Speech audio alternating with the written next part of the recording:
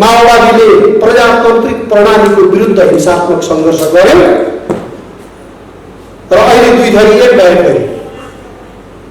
दुई थरी एक भएर एउटै विचार एउटै मन वचन कर्म हिँडेका छन्। यो भन्दा लज्जास्पद कुरा केही पनि हुँदैन। यो देशमा राजा चाहिन्छ र राज संस्थाको अस्पष्ट नीति लिने कि नलिने।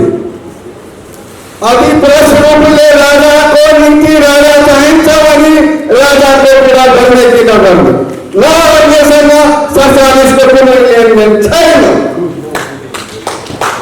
एउटै मात्र उद्देश्य हो, राज संस्था त्यसको लागि 47 हुनुपर्छ भन्ने हामी जनताको आवाज हो।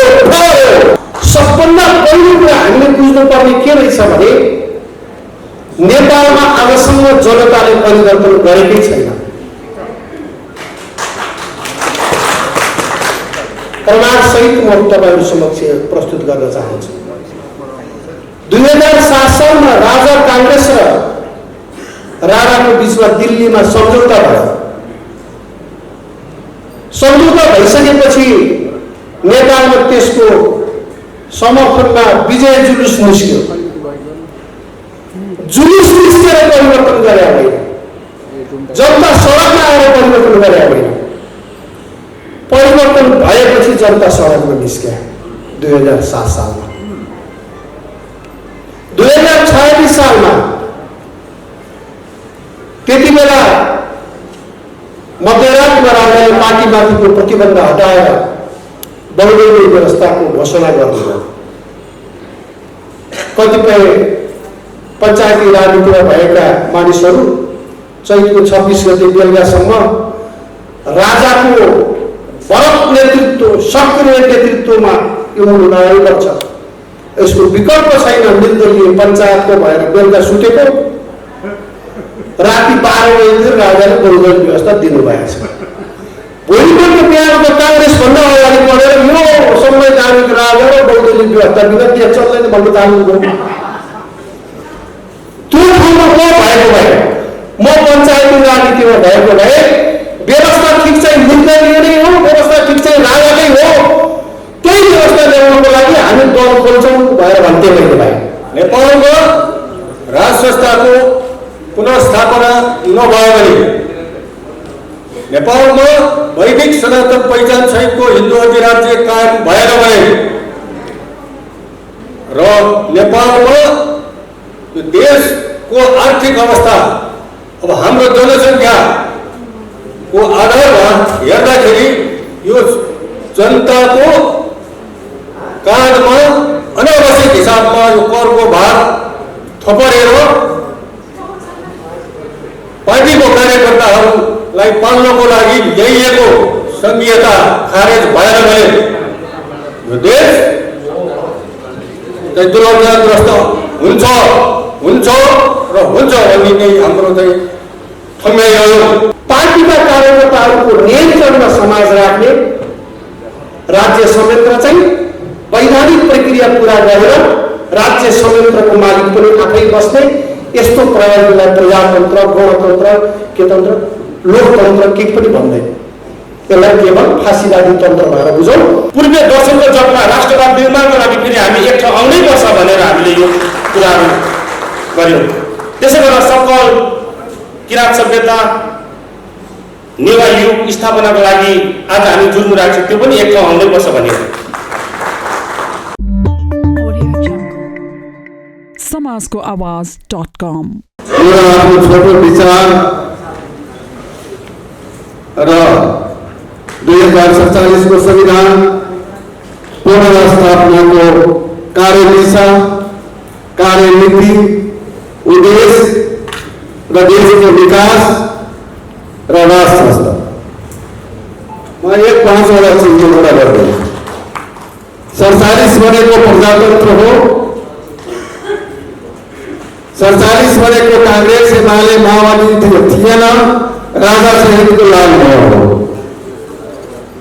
राजालाई 47 के आडमा दलहरूले ठगेर झुकाएर मन्त्री संविधान बनाएर राजासँग सही गराएर गणतन्त्र खाएको हो। त्यसकारण राजालाई अन्याय परेको हो र 47को आन्दोलन बिना अब यसको देशको विकास कुनै चिज छैन भने हाम्रो ठहर छ। 47को बिना न प्रजातन्त्र छ, न धर्म छ, न 36 जातको फुलबारी नै छ। त्यसकारण अरू विकल्प खोज्नु किन? यो देशमा राजा चाहिन्छ र राज संस्थाको अस्पष्ट नीति लिने कि नलिने? अधिप्रश रूपले राजाको नीति राजा चाहिन्छ भने राजाको कुरा गर्ने कि नगर्ने? नगर्नेसँग 47को कुनै लेनदेन छैन। एउटै मात्र उद्देश्य राज संस्था, त्यसको लागि 47 हुनुपर्छ भन्ने हामी जनताको आवाज हो, ठहर हो। 12 गाउँ बाटे पनि एउटै बाटो, 18 हात जोडी बाटे पनि एउटै बाटो। यो बाटो किन? कति गाटो गर्ने? खाने घाट खोज्ने, धर्म खोज्ने खोइ धर्म, कर्म खोज्ने खोइ कर्म।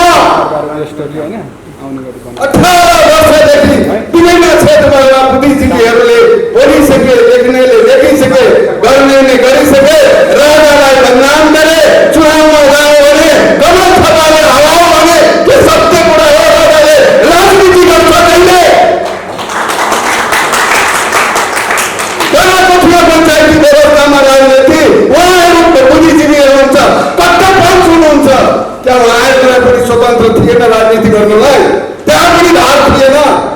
राजाले कहिले हस्तक्षेप गरे वीरेन्द्र सरकारले, स्वर्ग रेलले। अहिले के को खाँचो? कमल थापालाई हराउने, राजालाई यति चासो छ र हराउने भएर प्रचण्डलाई हराउँछौँ हामी 47।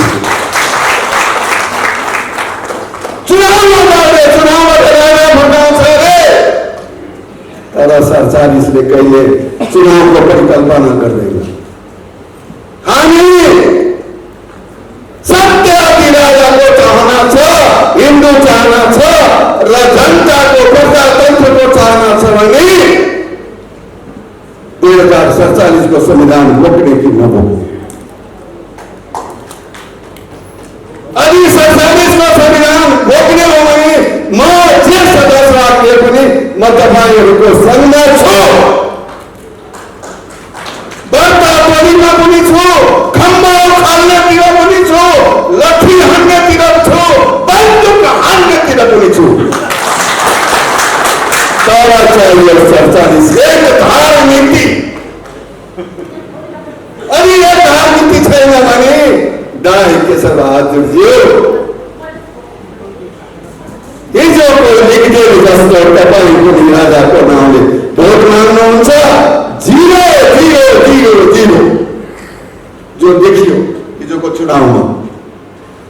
राजा आयो, राजाले बन्दी हो, सचिवलाई बदनाम गरिदियो, सचिवहरूले लिखदेवपट्टि लाग्यो, कमल थापालाई हरायो। परिणाम यही हुन्थ्यो त? यही हुन्थ्यो भनेर समथिङ भयो। संसदीय राजाले भागो भने अरे 99% भो भन्दै हुन्छ। कता भयो? अब आन्दोलन गर्नुपर्छ। अब आन्दोलन गर्नु पर्दैन। 47 जुन राजाले म एउटै ठोकुवा बोल्न चाहन्छु। राजा रिसाउँ मतलब छैन, तर जनता रिसाउनुहुन्न। के जनताले राजालाई 47को संविधान लिएर गणतन्त्र देव हुनेको थियो? भन्नुहोस् साथीहरू, किन बनाएको थियो? मानिस भएको राज्य दिनुभएको राजालाई? जनताले आदेश दिएको थियो, हुकुम दिएको थियो, बिन्ती गरेको थियो सरकार अन्तरिम संविधान गरेर राजालाई यो गणतन्त्रवादीहरूलाई के गर्छ? हो त्यो 47ले राजासँग यही मञ्चबाट माग गर्दछ कि हाम्रो 47लाई रोकेर सरकार तिमीले दिएको जुन गणतन्त्रवादीलाई जुन व्यवस्था थियो मलाई ल्याइदेऊ।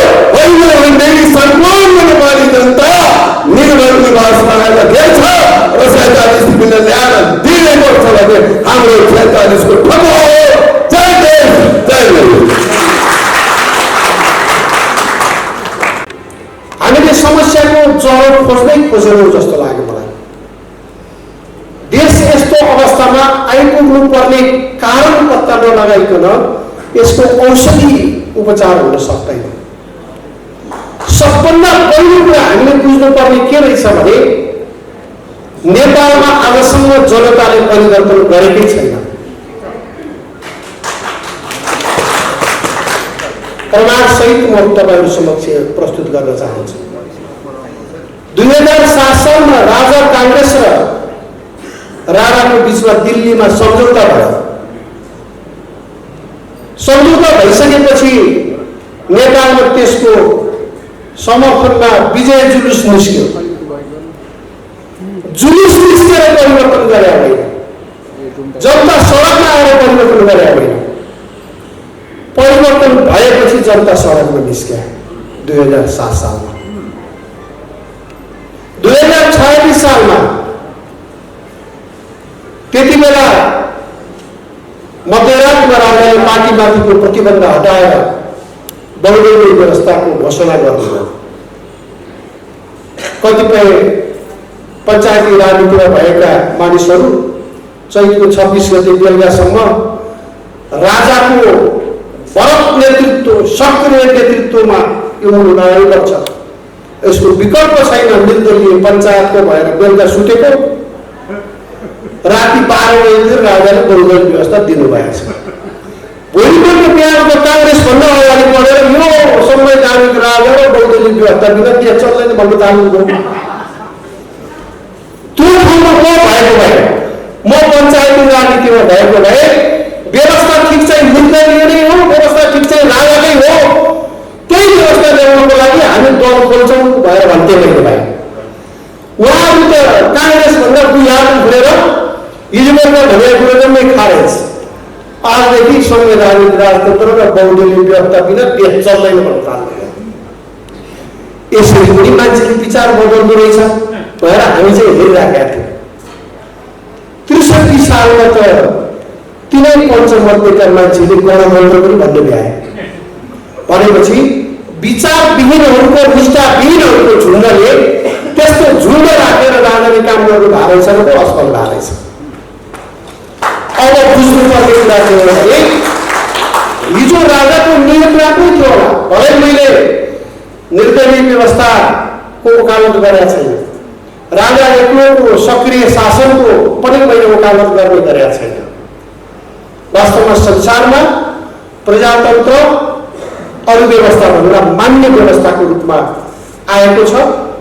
हामीले पनि प्रजातान्त्रिक प्रणालीलाई, यसको विकल्पलाई खोज्नु हुँदैन। तर प्रजातन्त्र भनेको जे बेलायतले परिभाषा गरिदिन्छ, जे अमेरिका र सबै युरोपले परिभाषा गरिदिन्छ, त्यो मात्रै प्रजातन्त्र हो, बाँकी सबै प्रजातन्त्र होइन भन्ने मानिँदैन। जे कम्युनिस्टहरूले यो चाहिँ जनतन्त्र हो, यो चाहिँ प्रजातन्त्र हो भन्छन्, त्यही परिभाषालाई हामीले मान्नुपर्छ भन्ने छैन। हाम्रो मुलुकलाई सुहाउँदो, यो मुलुकको हित गर्ने प्रकारको मोडलको प्रजातन्त्र हामीलाई हुन्छ। तर प्रत्यक्ष निर्वाचित कार्यकारी प्रमुख भएको प्रजातन्त्र नेपालको सवालमा राष्ट्रियता र प्रजातन्त्रको दुई दृष्टिकोणले घातक छ। हामी त्यो मोडलको प्रजातन्त्र पनि हुँदैन भन्छौँ। र पूर्व समानुपातिक प्रणालीको प्रजातन्त्र पनि नेपालको लागि घातक छ। त्यसले जातीय मुद्दा जीवित राख्छ, जातीय द्वन्द्व गराउँछ, जातीय प्रतिस्पर्धा गराउँछ। र अहिले अलिकति समानुपातिक प्रणाली हुँदा त नेताले आफ्नो श्रीमती, छोराछोरी, प्रेमिका, प्रेमिकाको बहिनी, प्रेमिकाको दिदी कोही पाएन भनेदेखि मिच्छोरो भेट्यो भने दान दिनेवाला, यो चाहिँ समानुपातिक प्रणालीभित्र नेताहरूले मान्छे छान्ने आधार बनाएको। अहिले अलिकति समानुपातिक व्यवस्था हुँदा भोलिकामा पूर्व समानुपातिक भयो भने त्यो चाहिँ प्रजातन्त्रको अलिअलि अवशेष अहिले छ भने पनि त्यो नेतातन्त्रमा रूपान्तरित हुन्छ। सांसदहरूले जनताको लागि होइन, नेताको लागि काम गर्नुपर्ने हुन्छ। किनभने नेताले चाहेको बेलामा फिर्ता बोलाइदिन्छ। नेताले रिजाउन सकेन भनेदेखि त्यो प्रणालीमा त्यो सांसदले के पनि गर्न सक्दैन। देशको लागि गर्ने त छोड्नुहोस्, उसैको पार्टीको लागि गर्ने पनि छोड्नुहोस्। गुटको लागि र एउटा नेताको लागि रिजाएर बस्नुपर्ने प्रणाली हुन्छ। त्यसैले पूर्ण समानुपातिक प्रणाली पनि यो गलत प्रणाली हो। नेपालको सन्दर्भमा नेपालमा त जातीय भावना मेटेर लैजाने हो। हामी सबैलाई नेपाली बनाउने हो, नेपालमा उभिएर सोच्ने हो, नेपाली भएर सोच्ने हो। त्यो अवस्थामा पुर्याउने हो। जातीय भावनालाई जीवित राखेर, जातीय अवधारणालाई जीवित राखेर न अमेरिका बन्या हो, न युरोप बन्या हो, न बेलायत बनेको हो, न जापान कोरिया बनेको हो। जातीय मुद्दा उठाएर कुनै पनि देश बनेको छैन। त्यसैले हामीले के बुझ्नुपर्छ भने आफ्नोहरूको देशमा चाहिँ फलानु भाषा बाहेक बोल्नु नपाउने, आफ्नोहरूको देशमा चाहिँ कुनै प्रकारको आरक्षण प्रणाली राख्नु नपर्ने, समृद्ध हुनलाई हामीले हेरौँ न उनीहरूको हिस्ट्री। अनि हामीलाई चाहिँ केवल यो राज्य कमजोर हुन्छ भन्ने उद्देश्य राखेर यो कमजोर बनाइएको छ। अब मैले यस विषयमा लामो भन्न चाहियो। हामीले बुझ्नुपर्ने कुरा के रहेछ भने नेपाल चाहिँ 2007 सालको परिवर्तनसँगै हामीले नेपाललाई संयुक्त राष्ट्रसङ्घको सदस्य बनाउनको लागि निवेदन दियौँ। त्यो निवेदन दिएको 7 वर्षपछि मात्रै नेपालले सदस्यता पायो। त्यति बेला रसियाले भिटो लगाएर नेपाललाई युएनको मेम्बरसिप दिनबाट वञ्चित गरायो। हाम्रो निवेदन समेत खारेज भयो। संयुक्त राज्य अमेरिकाले भर्खर हाम्रो परिचय भएको थियो, भर्खर दौत्य समूहको स्थापना भएको थियो। त्यो देशले नेपालको संयुक्त राष्ट्रसङ्घको सदस्यताको लागि कूटनीतिक पहल गरिदियो, दबाब दियो। एक प्रकारको दबाब पैदा गरेर नेपालले संयुक्त राष्ट्रसङ्घको सदस्यता पायो र नेपाल एउटा स्वतन्त्र सार्वभौम मुलुक हो भन्ने कुराको एउटा अर्को आधार बन्यो, कानुनी आधार बन्यो। त्यसदेखि यता हामीले हेर्यौँ अमेरिकाले नेपालको आर्थिक विकासमा धेरै ठुलो सहयोग गरेको छ, भोलि पनि गर्नेछ। त्यो विश्वास हामीले राख्नुपर्छ। तर एउटा कुरा के हो भने अन्तर्राष्ट्रिय द्वन्द्वको भूमि हामी जस्तो निरीह मुलुकलाई नबनाइयोस् भनेर म अमेरिकी सरकारलाई, अमेरिकी जनतालाई पनि आग्रह गर्न चाहन्छु। उहाँहरूको आफ्नो राष्ट्रको स्वार्थ सँग हाम्रो भूमि जोडिदिन भएन। नेपालको अहिले भइराखेको समस्या त्यहीँनिर पुगेर अड्केको छ, त्यहीँनिर जोडिएको छ। उहाँहरूले विश्वमा आफ्नो हैसियत यथावत राख्नको लागि भविष्यमा चीन बाधक हुन सक्छ, भविष्यमा भारत बाधक हुन सक्छ भनेर पहिले नै एउटा रणनीतिक भूमिको रूपमा प्रयोग गर्नको लागि नेपाललाई प्रयास भयो। सुरुमा राजा महेन्द्रलाई पनि उहाँहरूले आफ्नो विश्वासमा लिनुभयो। त्यसपछि राजा वीरेन्द्रलाई पनि विश्वासमा लिएको देखिन्छ, लिन खोजेको देखिन्छ। जब खम्पा विद्रोह भयो मुस्ताङमा, जब चीन विरोधीहरूले त्यहाँ सेल्टर पाए, त्यसपछि नेपालका राजाले आफ्ना दुवै छिमेकी विरुद्ध यो भूमिलाई प्रयोग गर्न दिन हुन्न भनेर जब खम्पा विद्रोहलाई समन गराउने नीति लिनुभयो, त्यसपछि मित्र राष्ट्र धेरै दुखी भएको जस्तो अनुभूति हुन्छ। त्यसपछि गणतन्त्रको बीजारोपण पनि त्यही दिन भयो जुन दिन वाङ्दी मारिए। यो लामो प्रयासमा भएको के देखिन्छ भने आफ्नो अनुकूलको राज्य सत्ता निर्माण गर्ने, आफ्नो अनुकूलको काम गर्ने। आज तपाईँहरू समक्ष यहाँ बोलिरहँदा एमसीसी भएपछि अमेरिकी सेना आउँछ भन्थे, होइन गलत हो भन्ने भाषण सडकमा ढुङ्गा हानेर नेता भएकाहरूले भनिरहेको थिए अस्तिसम्म। आज म यहाँ बोलिरहँदा काठमाडौँको हयात होटलमा को आएर बसेको छ, के मिटिङ चल्दैछ आज अमेरिकी सेनाको, तपाईँहरूले बुझ्न सक्नुहुन्छ। हामीसँगको मित्रवत सम्बन्धलाई यथावत राखिदिने काम गर्ने हो भने हाम्रो समाजलाई यसरी गिजोल्न भएन भनेर हामी सबैले मित्र राष्ट्रलाई आग्रह गर्नुपर्ने कारण छ। जबसम्म नेपालको राज्य कमजोर हुँदैन, जबसम्म नेपालको समाज कमजोर हुँदैन, जबसम्म नेपाल गरिबको गरिब रहँदैन, तबसम्म पोलिसी मेकिङ लेभलमा भएका मानिसहरूलाई किनेर आफ्नो पक्षमा निर्णय गराउन सकिँदैन भन्ने सूत्र प्रयोग गरेर अहिलेसम्मका कामहरू हुँदै आएको। अघि मैले भने नि 2046 सालको परिवर्तन पनि त्यसका पछाडि पनि दृश्य शक्तिभन्दा अदृश्य शक्ति थियो। राजाले 2046 सालको चैत 26 गते बौद्ध व्यवस्था लागू गर्नु भएपछि 27 गतेदेखि जुलुस सुरु भयो, विजय जुलुस। 27 गतेदेखि सुरु भएको विजय जुलुस विजेताको पक्षमा भएको जुलुसमा वैशाख 10 गते 47 साल चाहिँ अञ्चलाधीश कार्यालय जलाइयो। अनि प्रहरीको आँखा फुटाउने ठेलामा राखेर घुमाउने कालो मोसो कोटेर त्यसपछि गरियो। परिवर्तन भइसकेपछि विजय जुलुस निस्केको त्यही जुलुस चाहिँ जनताले यसरी सडकमा निस्केर क्रान्ति गरे भनेर फोटो हालेछ अहिलेसम्म काङ्ग्रेस कम्युनिस्टले। त्यो जनता निस्केर परिवर्तन भएको के अलिअलि कार्यकर्ताहरू निस्केका थिए, 2-4 ढुङ्गाहरू हालेका थियो यताउता, हामी पनि त्यो बेला थियौँ, ढुङ्गै नहाले पनि ढुङ्गाहरू सँगै थियौँ। तर त्यो परिवर्तन पनि जनता सडकमा निस्केर जनताले आफैले गरेको परिवर्तन होइन, जुन बेला जनता आफैले परिवर्तन गर्छ चाँडो चाँडो व्यवस्था परिवर्तन हुँदैन। त्यसपछि जनताले गर्ने परिवर्तन चाहिँ विभिन्न प्रकारको हुन्छ। हामीले के बुझौँ भनेदेखि नेपालको अहिलेसम्मको राजनीतिक परिवर्तन कन्स्पिरेसी थ्योरीमा आधारित छ। 2063 सालको परिवर्तन पनि राजाले वैशाख 8 गते 63 साल वैशाख 8 गते घोषणा गर्नुभयो, आफूले लिएको अधिकार फिर्ता गरिदिनु हो। त्यसपछि 8 गते बेलुकादेखि विजय जुलुस निस्क्यो अनि 9 गते झन् ठुलो निस्कियो, 10 गते पनि त्यही विजय जुलुस निस्क्यो। अब फोटो चाहिँ फेरि अहिले त्यही 10 गते 9 गतेको फोटो हालेर जनता यसरी निस्केर परिवर्तन भाव हुन्छ, जबकि परिवर्तन त 8 गते भइसकेको छ। राजालाई अर्को प्रकारको घोषणा गर्ने राजनीति लगाइयो। यो सबै कुरा के हो भने कन्स्पिरेसी थ्योरीमा आधारित परिवर्तन हुँदै आएको छ। अब एउटा प्रश्न उठ्छ, नेपाली जनताले आफैले सङ्गठित भएर परिवर्तन गर्नु सबभन्दा राम्रो कुरा हो।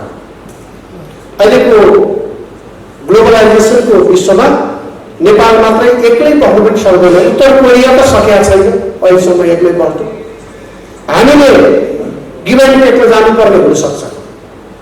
हामीले गिभ एन्ड टेक भनेको हाम्रा दुवैतर्फका छिमेकीहरूको संवेदनशीलतालाई हामीले बुझिदिने हो।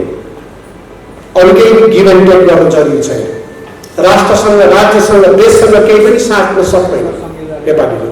तर हामीले चाहिँ यो दुवै देशहरूलाई देश भत्काउनको लागि प्रयोग भएको छ भने देश बनाउन चाहिँ हामीलाई साथ दिनुहोस् भन्न मिल्ने कि नमिल्ने? हिन्दू राष्ट्र खारेज गर्न चाहिँ विदेशीको साथ लिने, हिन्दू राष्ट्र बनाउन चाहिँ विदेशीको साथ लिनु हुँदैन भन्नु भने चाहिँ के गर्नु खोज्या? देशलाई विभाजन गर्न चाहिँ विदेशीको साथ दिने, मित्र राष्ट्रको साथ दिने, देशको एकताको पक्षमा हामीलाई सहयोग गरिदिनुहोस् भन्न चाहिँ मिल्ने कि नमिल्ने? त्यसैले हाम्रो समाज भत्काउनको लागि, हाम्रो देशको बर्बादीको लागि बाह्य शक्तिको पनि कुनै न कुनै रूपमा भूमिका रह्यो।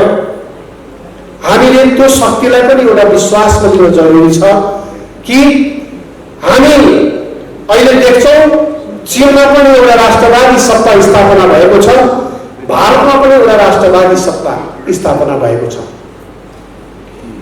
एउटा राष्ट्रवादीले अर्काको राष्ट्रवादको महत्त्व बुझ्छ, सम्मान गर्न जान्दछ भन्ने विश्वास हामीले गरौँ। त्यसैले त्यो प्रकारको पहल म त आग्रह गर्छु केशरबहादुर विष्टजी ऊ बेला जमानामा सरकार समेत चलाइसक्नु भएको मान्छे, तपाईँको जस्ताले यस्तो पहल गर्नुपर्छ, हिचकिचाउनु हुँदैन। नेपाल राष्ट्रियता, नेपाली राष्ट्रियता, नेपाल राष्ट्रको एकताको पक्षमा मित्र राष्ट्रहरूलाई समेत विश्वासमा लिन जरुरी छ। त्यसको लागि पहल गरौँ। यदि हामीले सबैको विश्वास लिएर काम गर्न खोज्यौँ भने हाम्रो गन्तव्य नजिक छ। होइन भने युट्युबमा उफ्रीपाफ्री गर्ने, माइतीगढको बेरोजगार केन्द्रमा उफ्रीपाफ्री गरेर मात्रै देशको परिवर्तन हुँदैन। त्यसको कारण छ। त्यसको कारण के हो भने अहिले नेपालमा कस्तो सत्ता छ, कस्तो सत्ता छ भने ती पार्टीहरूमा अहिले त्यस बेलादेखि पार्टीको सदस्यता लिएका दिन पहिलो कुरा सिकाइन्छ, हामी केका लागि लड्दैछौँ? क्रान्तिका लागि। क्रान्ति भनेको के हो? सत्ता। हाम्रो हातमा सत्ता लिने, हामीले गुमाउन के गुमाउँछौँ भनेर सोच्छौँ। जब एउटा ज्यान भन्छ, जवाब चाहिँ पाउँदा के पाउँछौँ? सत्ता भन्छ। आफ्नो ज्यानभन्दा सत्ता ठुलो भनेर स्कुलिङ त्यसरी गरेर ल्याएका मान्छेहरूको सत्ता हो। यो सत्तासँग लड्नलाई आक्रोश प्रकट गरेर मात्रै हुँदैन, बुद्धिले गर्नुपर्छ, रणनीतिक योजनाले गर्नुपर्छ। सिधा मुखमा हाम्रो सकिँदैन भनेदेखि खुट्टा छेडाएर ढलाइदिनुपर्छ। तर त्यो खालको रणनीतिक योजना नभएको हुनाले राष्ट्रवादी आन्दोलन पछाडि परेका हो। हामीले धेरै गहिरोसँग हेऱ्यौँ।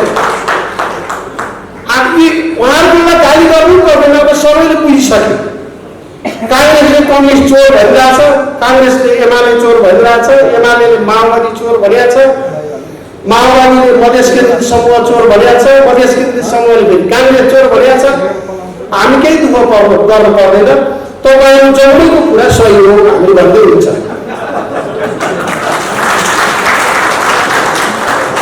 हामीले उहाँहरूको बारेमा समय खर्च गर्नु पर्दैन। हामीले यसको परिवर्तनको पक्षमा हामीले योजना र कार्यक्रम के बनाउने भन्ने विषय मात्र स्पष्ट भएको छ।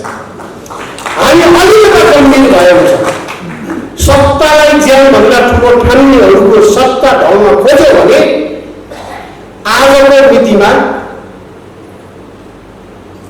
71 लाख मत कम्युनिस्टहरूको छ। देखियो हो कि होइन थाहा छैन, तर देखियो। काङ्ग्रेसको मत 39-40 लाख देखियो। अनि मधेस केन्द्रित समूहहरूको मत पनि 5-6 लाख कति मत देखियो। त्यो मतवालाहरूसँग हामीले लड्ने कुरा सजिलो छ। पञ्चायतमा पो राजाको सङ्गठन थिएन त, पञ्चहरूको बलियो नेटवर्क छ, बचाउला जस्तो लाग्थ्यो। किनकि म त्यो बेला चाहिँ पञ्चायत विरुद्धै थिएँ। बचाउला पञ्चहरूले भन्ठानेर कति बेला भाग्यो थाहै भएन। त्यो बेला छक्क परेको पनि। त्यसैले हामी त्यति बेला हामीहरू चाहिँ गजब राम्रो काम गरियो, अब देश बन्छ भनेर लाग्यो है।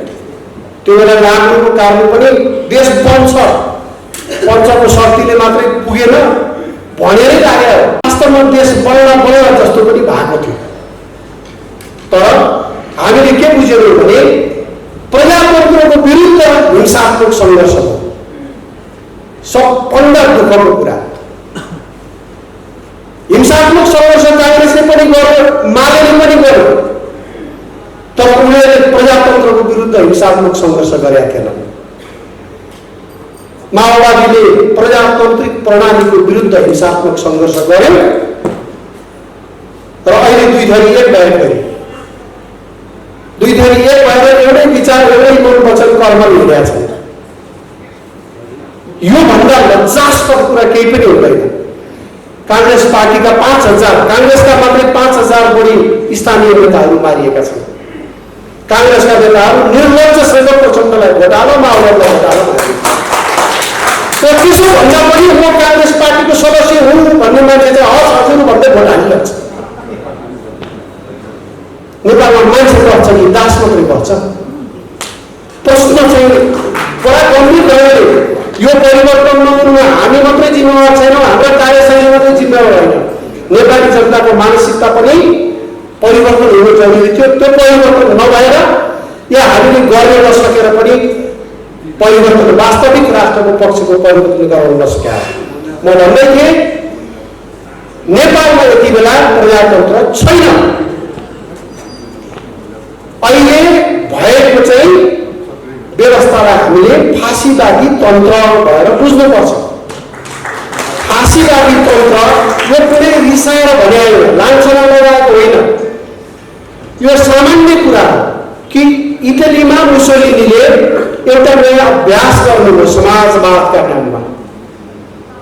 गजबले पार्टीले चुनाव जित्यो, जितिसकेपछि उहाँ चाहिँ सत्ताको सर्वेसर्वा हुनुभयो अनि उहाँले एउटा फर्मुला प्रयोग गर्नुभयो। पार्टीको सदस्यताको विस्तार गरेर गाउँ गाउँसम्म पार्टी सदस्यता विस्तार गर्दै लगेर समाजलाई चाहिँ पार्टी कार्यकर्ताको नियन्त्रणमा काबुमा राख्नु, राज्य संयन्त्र चाहिँ आफ्नो काबुमा, प्रहरी सेना अदालत सबै चिज चाहिँ आफ्नो काबुमा, विधिवत ढङ्गले चुनाव लडेर गएर अनि समाज चाहिँ नै आफ्नै पार्टीका गठैतहरूको कन्ट्रोलमा, समाज र राज्य संयन्त्र दुवैलाई कन्ट्रोलमा राखेर गर्ने व्यवस्थालाई उहाँको पार्टीको नाम फासिस्ट पार्टी थियो। त्यही फासिस्ट पार्टीको शैली जहाँ प्रयोग हुन्छ त्यसलाई हामीले फाँसीवादी पार्टी, फाँसीवादी तन्त्र भन्नुपर्छ।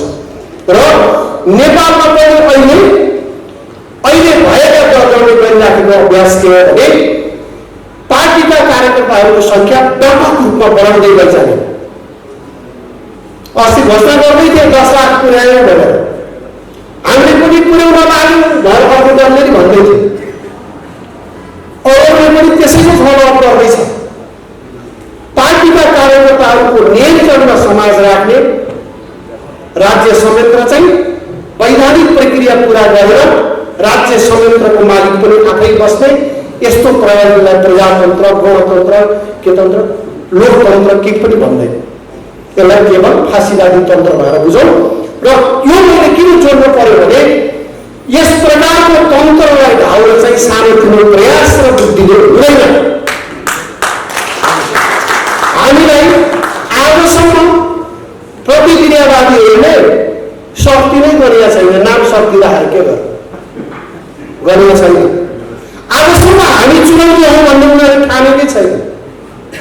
त्यस कारणले हाम्रा गतिविधिहरू गर्नु दिएको छ। साँच्चै उनीहरूको सत्तासँग पर्ने भयो भने अहिले माओवादी र काङ्ग्रेस हामीले पहिला हेर्दा विपरीत जस्तो लाग्नेहरू जसरी एक ठाउँमा आएको छ नि, भोलि त एमाले पार्टी पनि त्यही ठाउँमा पुग्छ। जम्मै एक हुन्छ पोलिटिकल्ली, सबै एक हुन्छन्। उनीहरू यो व्यवस्थामा मैले यसबाट हामी चाहिँ भयभीत हुनुपर्ने, डराउनु पर्ने शक्तिको बम रहेछ भन्ने होइन कि भोलि हुने परिस्थितिको अनुमान आजै गरेर रणनीतिक योजना बनाउनु पर्नेमा हामी त्यही ठाउँमा चाहिँ चुकिरहेछौँ। त्यसैले म त यो बारम्बार आग्रह गर्छु, यो सङ्घर्ष अस्तित्व एउटा पार्टीले भाग लियो 21 कि 17 गतिदेखि निर्णायक सङ्घर्ष, तेस्रो पटक निर्णायक सङ्घर्ष घोषणा गरिरहेको। निर्णायक सङ्घर्ष बिना तयारी, योजना छैन, कार्यक्रम छैन, रणनीति छैन, केही छैन। निर्णायक सङ्घर्ष भन्ने शब्दको प्रमाण गरिसके प्रचण्ड बाबुरामले सङ्घर्ष भनिराख्नु पर्दैन। जति बेला गर्ने त्यो त एकपटक गर्ने हो, पहिला ल्याएरै छोड्ने हो। तयारी चाहिँ अलिकति लामो गरौँ। मैले बारम्बार उहाँहरूसँग छलफल पनि भनिराखेको छु, सङ्घर्ष गर्ने भनेको सधैँभरि रमाइलोको लागि काम पाएर केही न केही गरिराख्नु भएर पनि गर्नु हुँदैन भन्छु। म के भन्छु भने जहिले पनि उदाहरण दिने गरेको छु, सङ्घर्ष भनेको छोरीको बिहे जस्तै हो।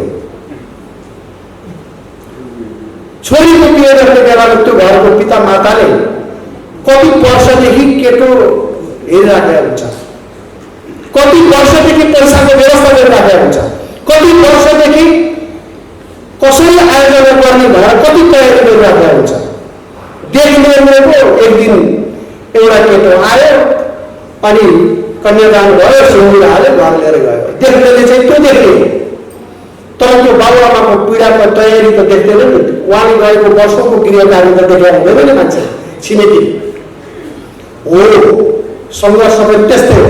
अहिले भइरहेको सङ्घर्ष चाहिँ छोरी लिएर बगाएर चाहिँ त्यो केटा बोकेर बाहिर निस्क्यो अनि के हो छोरी त बोकेर आइयो त अब छोरीको बिहा गर्यो भने केटाले को हो त केटा अब पाइएन नि यसो बाटोतिर हेर्नु पर्ला। छोरी लिएर घरबाट निस्किने अनि केटाले त्यसपछि गर्ने त्यो होइन। त्यस्तो प्रकारको बिना तयारीको सङ्घर्ष गर्नु हुँदैन। सङ्घर्ष चाहिँ शब्द प्रयोग नगर्नु भने, किनभने त्यसका लागि तयारी पुगेको छैन। त्यसको तयारीमा लाग्यो, त्यसको लागि एउटा राष्ट्रिय शक्ति निर्माण गर्यो। सङ्घर्ष गर्ने हो भने एउटा निश्चित रणनीतिक योजनाका साथ हामीले गर्न खोज्यौँ भने हामी सफल हुन्छौँ। हामी सफल नभए देशै नहुँदैन। राष्ट्रवादी शक्ति असफल हुनु भनेको भविष्यमा देश रहँदैन। यो देश रहँदैन भन्ने कुरो त विगतमै कतिपयले भन्दै आछन्। अहिले नै त्यो प्रचण्डजीले पनि अस्तित्वको भनिराख्नु भएको थियो चुनावी दरमियानमा, मेरो छोरी लिएर भएन भने देशै रहँदैन भन्नु। आफ्नो बुझाइ कसो के बुझाइ कसो के बुझाइ। हाम्रो बुझाइ चाहिँ के हो भने देश साँच्चै रहँदैन। हामी रहे पनि नरहे पनि हामी असफल भयो भने, नेपालको राष्ट्रवादी शक्ति असफल भयो भने देश रहँदैन। र एउटा अर्को कुरामा आग्रह गर्न चाहन्छु, नेपालको राजावादी र गैर राजावादीमा यो गीत छुट्याउने काम बन्द गर्यो। बाटो भुलेर काङ्ग्रेस कम्युनिस्टको विचार अँगालेर गएका हो। आज त विचारै छैन। हिजो काङ्ग्रेस कम्युनिस्ट भएकाहरू अहिलेको बाटो भुलिया महसुस गरे हुनुपर्छ। बाहिर नभने घर घरमा पूर्णको हिँड्यो थाहै नपाए हुनसक्छ। उहाँहरूलाई समेत विश्वासमा लिनुपर्छ। यदि राज संस्था पुनर्स्थापना गर्ने हो भने काङ्ग्रेस कम्युनिस्टमा पनि विश्वास गरेर राज संस्था स्थापना हुँदैन। आज काङ्ग्रेस कम्युनिस्ट भन्नेहरूले समेत देशलाई राजा चाहिँ चाहिने रहेछ भन्ने अवस्थामा नपुर्याइकन राज संस्था पुनर्स्थापित गरे पनि फेरि सङ्घर्ष हुन्छ। एक दलले जित्दा राजा आउने, अनि अर्को दलले जित्छ फेरि राजा जाने। यही खेलमा खेलिराख्ने देशलाई होइन। एउटा रियलाइजेसन जापानले जस्तै महसुस गरौँ। जापानमा पनि त गणतन्त्र त ल्याउनु खोजेको थियो त, तर राजाले पनि रियलाइज गरे, जनताले पनि यतिसम्म चाहिँ नल्याउँ भन्ने महसुस गरे। त्यसले एउटा सामञ्जस्यको स्थिति बनायो। त्यो सहकार्यले देश बनाउनुपर्छ भन्ने ठाउँमा देशलाई मानिसलाई पुर्यायो र आजको जापान भएको छ भने हामीले पनि एउटा समन्वयकारी परिस्थिति बनाउन आवश्यक छ। र म यति कुरा भन्छु, आजको मितिमा 47 सालको संविधान भोलि बिहान चाहिँ शेरबहादुरजीहरूको, केपी ओलीहरूको, माओ नेपालमा के अरे प्रचण्डहरूको बुद्धि फिरेर मान्नु, फिरे बुद्धि नफिरे पनि एउटा अवस्थामा चाहिँ फिर्छ है। उहाँहरू साँच्चै राष्ट्रवादीको सक्सेस हुने भएर ल एउटा सम्झौता गरौँ, 47 लागू गरौँ भन्ने उहाँहरू चाहिँ फेरि आफै बुद्धि नफिरे पनि हामीले गभर्मेन्टलाई त्यहाँ पुर्यायो भने त्यही ठाउँमा उनीहरू आफै आएर भन्दैछन् आफ्नो रक्षाको लागि, देशको रक्षाको लागि होइन। तर मानव बुद्धि फिर्यो हिजोभन्दा सुतेको राति नै चाहिँ महसुस गरेर भोलिपल्ट बिहान 47 सालको संविधान लागू गर्ने घोषणा भयो। सर्वदलीय बैठक भन्छ नि अहिले, सर्वदलीय सहमति गर्यो। त्यसपछि चुनाव भयो भने चाहिँ कसले जित्छ नि? आजकै अवस्थामा कसले जित्छ चुनाव? हामीले नीति र व्यवस्था मात्रै फेर्ने भनेको छैनौँ, नेता पनि फेर्ने भने हामीले अहिलेको यो कुसंस्कारबाट हुर्किएको नेतृत्व तिनका कार्यकर्तालाई पनि ठाउँ दिनु हुँदैन भनेर भन्नुहुन्छ। यस्तो कुसंस्कारबाट आएका मानिसहरूले फेरि पनि राज्य सञ्चालनको जिम्मा पाउने हो भने देश फेरि पनि बन्दैन। त्यसकारणले म आग्रह गर्छु, 47 सालको संविधानको पुनर्स्थापना, संविधान त राम्रो छ। अहिलेको विश्वको उत्कृष्ट भएर कमल थापाजीले भन्नुभयो, म चाहिँ 47 सालको संविधान उत्कृष्टै थियो भन्छु। तर त्यसलाई चाहिँ ठ्याक्कै ल्याएर राखिदियो भनेदेखि चाहिँ हामी चाहिँ फेरि हेरिरहने, यही शासन, यिनकै शासन हेरिराख्ने। त्यसैले बिचमा एउटा सङ्कटकालीन अवस्था हुन्छ।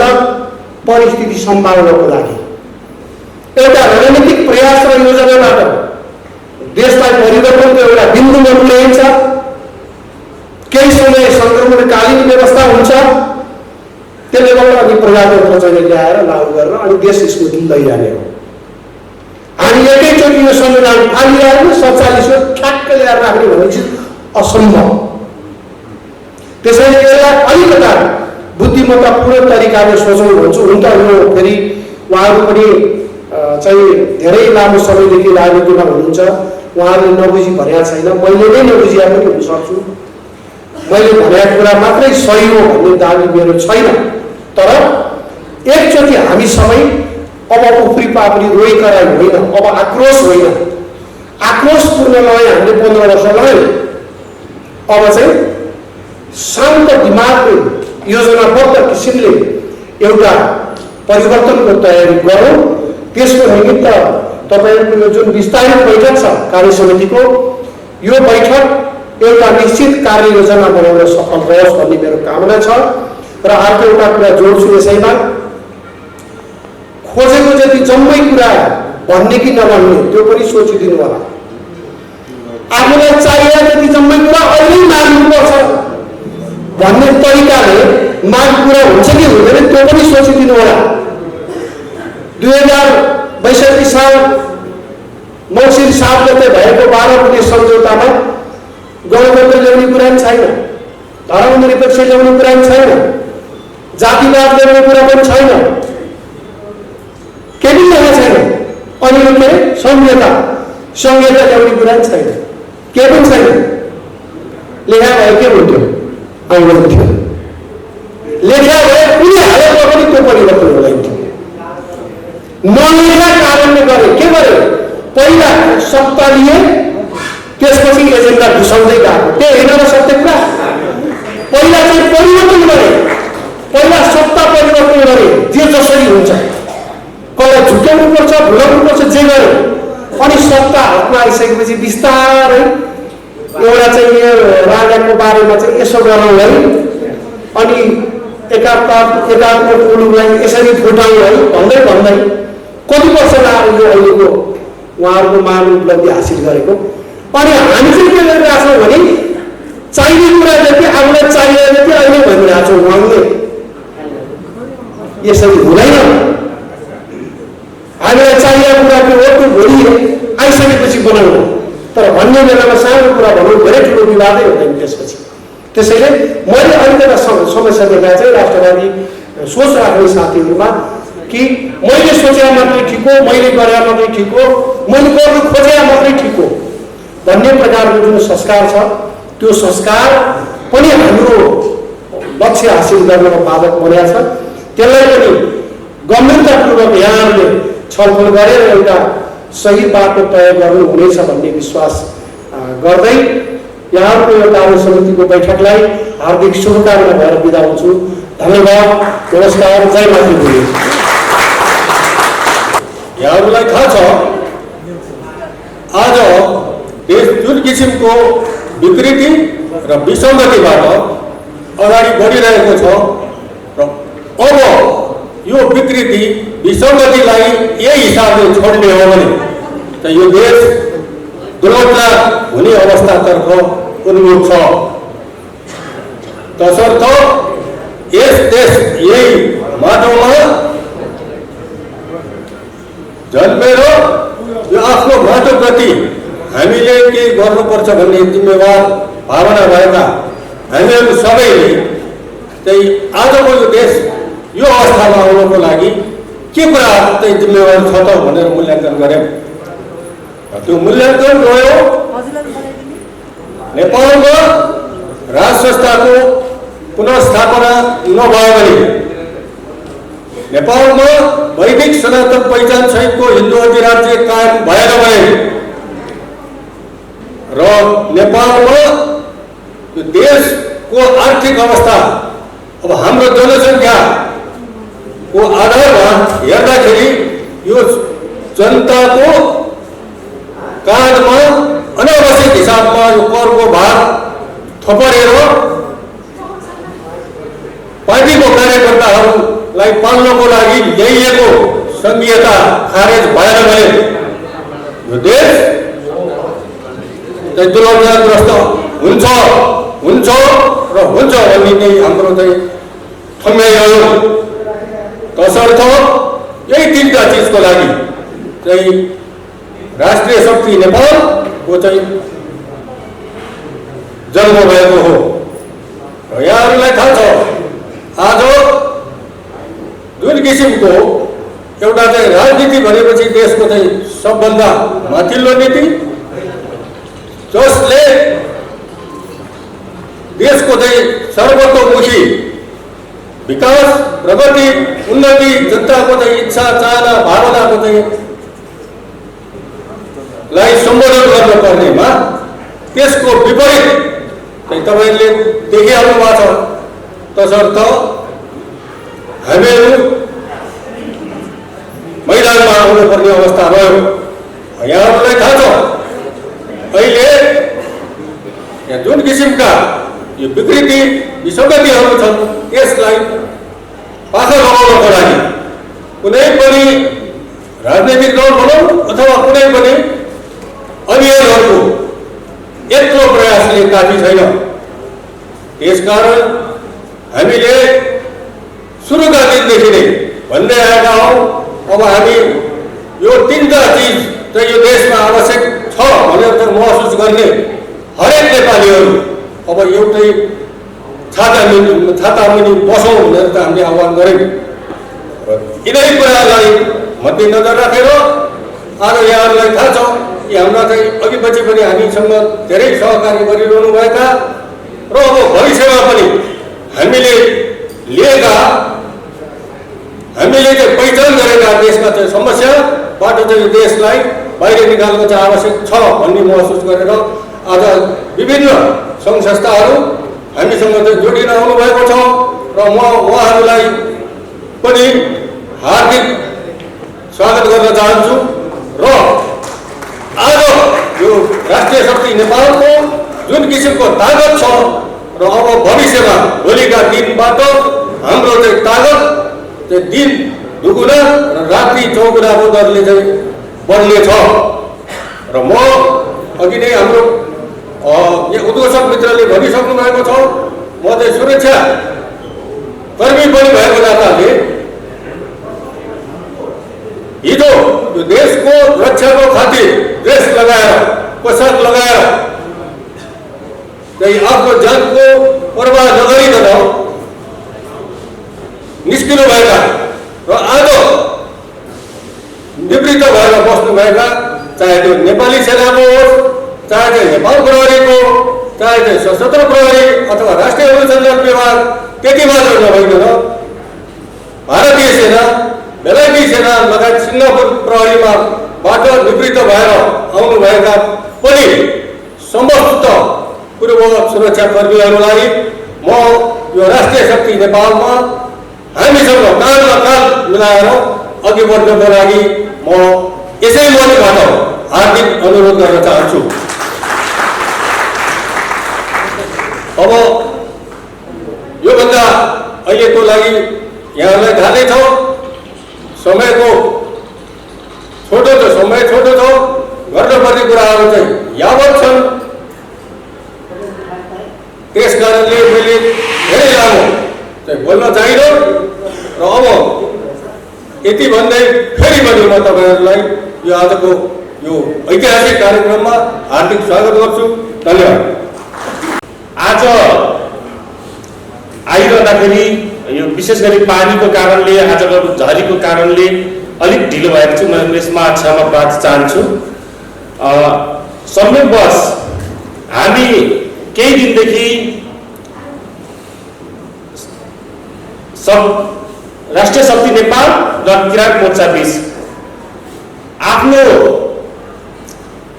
मुद्दाहरूको बेसमा विचारहरू अलग भए पनि मुद्दाहरूको बेसमा हामी अहिलेको देशव्यापी रूपमा एकै ठाउँ उभिन सक्ने गरी अहिले हामी खुल्ला मोर्चा मार्फत यहाँ जोडिन कोसिस गरिरहेका छौँ।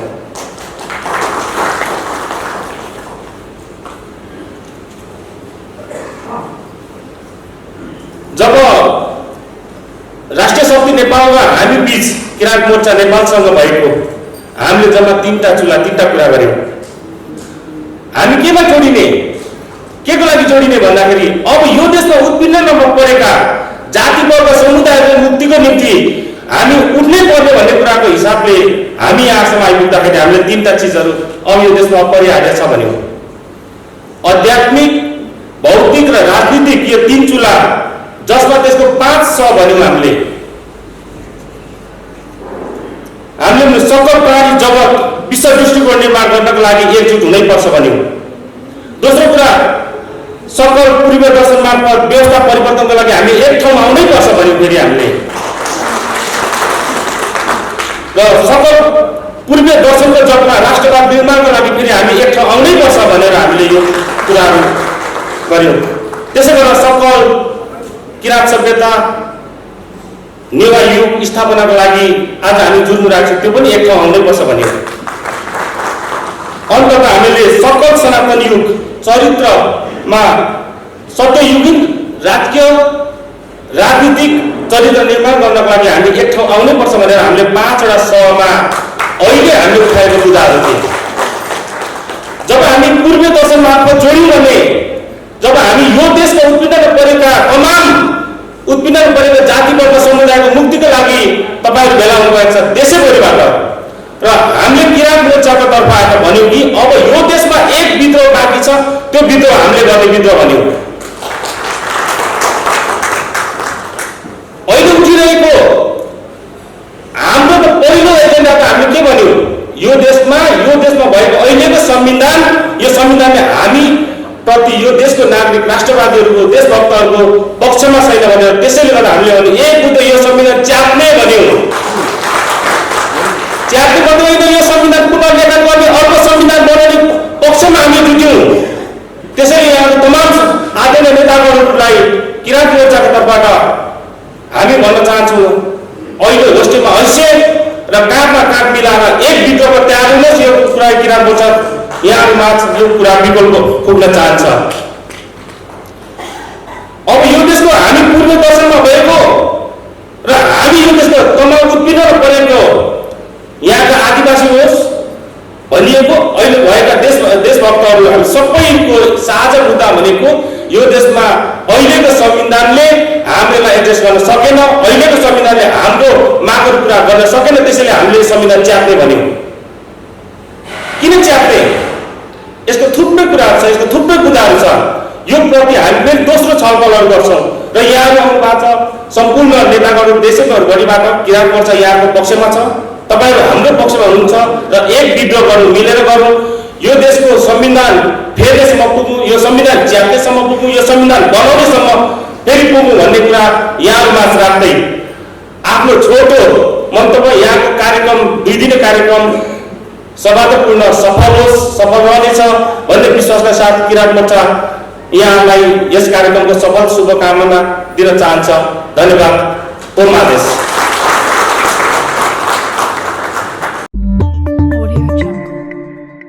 समाजको आवाज.com